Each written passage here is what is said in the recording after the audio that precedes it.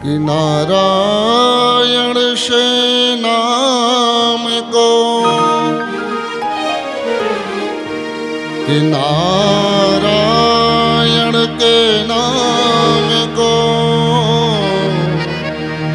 सच्चा मान के जान। नारायण के नाम को सच्चा जान के मान,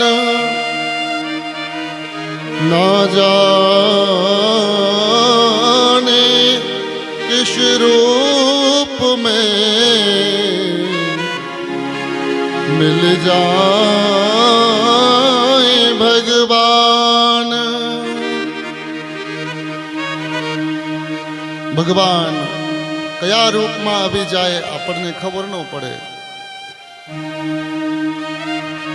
આપણે જે કાંઈ પૂજા પાઠ જપ તપ વ્રત જે કાંઈ આપણે કરી રહ્યા છે અને બહેન ભાઈઓ એમનો નિયમ એના સાધના જો હરકી રીતે થઈ જાય ને તો જેવી રીતે આજે અદતીને ત્યાં સાક્ષાત બામન પ્રગટ થયા છે, જે પયોવ્રતી વ્રત ધારણ કરવાથી સાક્ષાત ભગવાન પ્રગટ થયા, તેમજ આપણા ઘરે પણ એક દી ભગવાન કૃપા કરે છે, કૃપા કરે છે।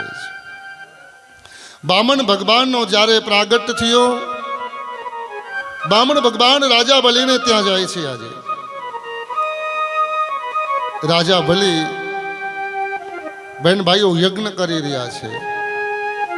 બહુ વિશેષ કરીને વાત કેવી સુંદર વાત છે કે જો બામન ભગવાન ત્યાં ગયા અને આજે રાજા બલિ જે યજ્ઞ કરી રહ્યા હતા તો બામન ભગવાને જોયો કે રાજા બલિ યજ્ઞ કરે છે। ભગવાન બહુ પ્રસન્ન થયા, બહુ રાજી થયા। શા માટે?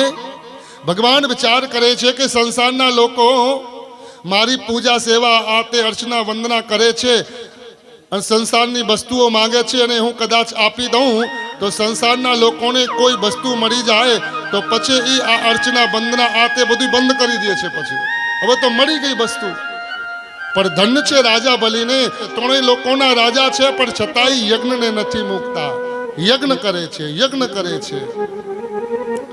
જીવનમાં ધ્યાન રાખજો મારા વાલા, જેના થકીએ આપણે આગળ આવ્યા હોય એ વસ્તુ કોઈ દી ભૂલાય પણ નહીં।